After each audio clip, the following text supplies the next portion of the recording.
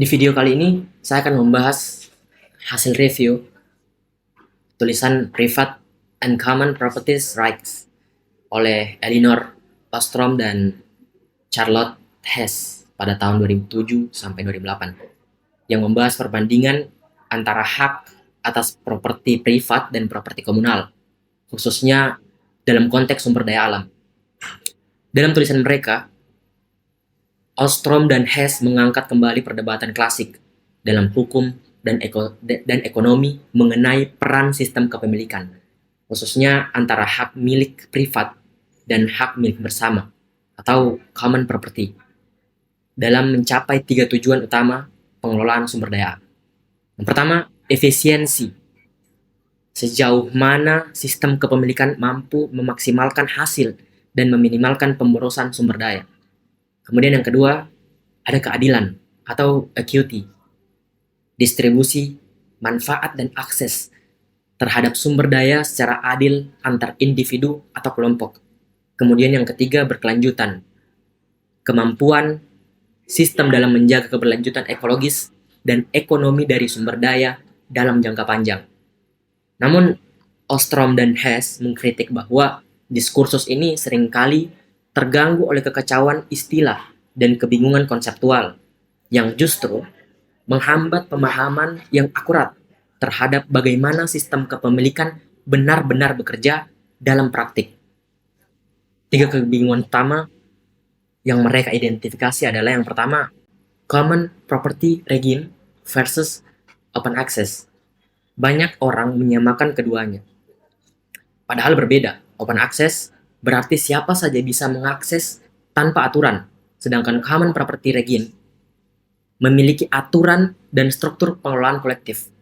Kemudian ada yang kedua, common pool resources versus common property regime. CPR atau common pool resources adalah tipe sumber daya, misalnya laut, hutan, dan air. Sedangkan common property regime adalah cara mengatur penggunaannya. CPR bisa dikelola secara privat, publik, atau bersama.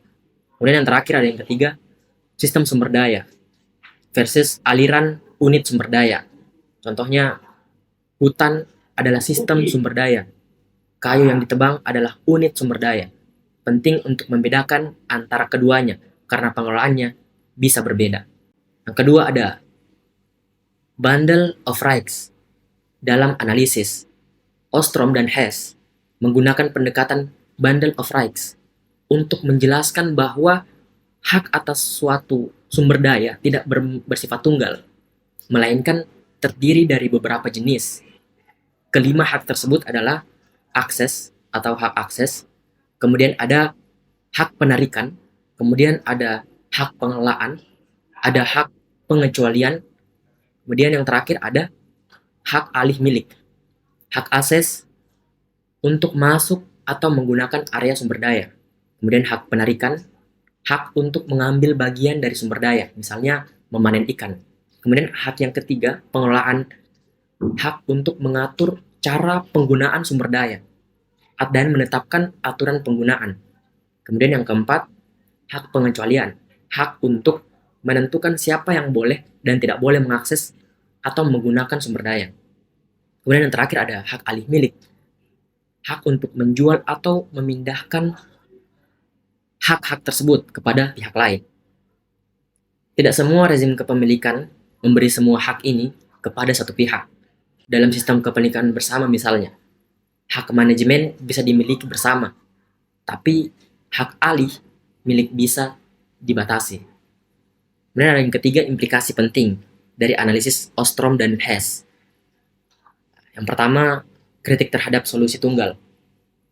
Ostrom dan Hess menolak pendekatan simplistik yang menganggap privatisasi selalu lebih efisien, atau bahwa sumber daya bersama pasti akan rusak seperti dalam narasi tragedi of the Commons. Mereka menekankan pentingnya konteks lokal, norma sosial, dan kemampuan komunitas dalam mengatur dirinya sendiri. Yang kedua ada peran lembaga dan tata kelola. Hak properti tidak berdiri sendiri, tetapi ditopang oleh institusi, baik formal, hukum negara, maupun informal, norma dalam masyarakat. Tata kelola yang efektif muncul ketika hak-hak ini ditegakkan melalui aturan yang dipahami dan dihormati bersama. Kemudian yang terakhir, kesesuaian dengan prinsip desain Ostrom. Analisis ini sejalan dengan 8 prinsip desain Ostrom untuk keberhasilan pengelolaan CPR seperti batasan yang jelas, partisipasi dalam pengambilan keputusan, saksi bertingkat, kemudian mekanisme resolusi konflik yang murah dan cepat. Sebagai penutup, tulisan Ostrom dan Hess ini sangat penting karena menyediakan kerangka konseptual yang jernih untuk membedakan antara jenis-jenis kepemilikan dan sumber daya. Kemudian yang kedua, menggabungkan wawasan dari ekonomi, hukum, dan ilmu politik dalam satu model analisis. Kemudian yang terakhir, relevan. Tidak hanya pengelolaan sumber daya alam, tapi juga untuk sumber daya non-material, seperti pengetahuan digital atau knowledge common.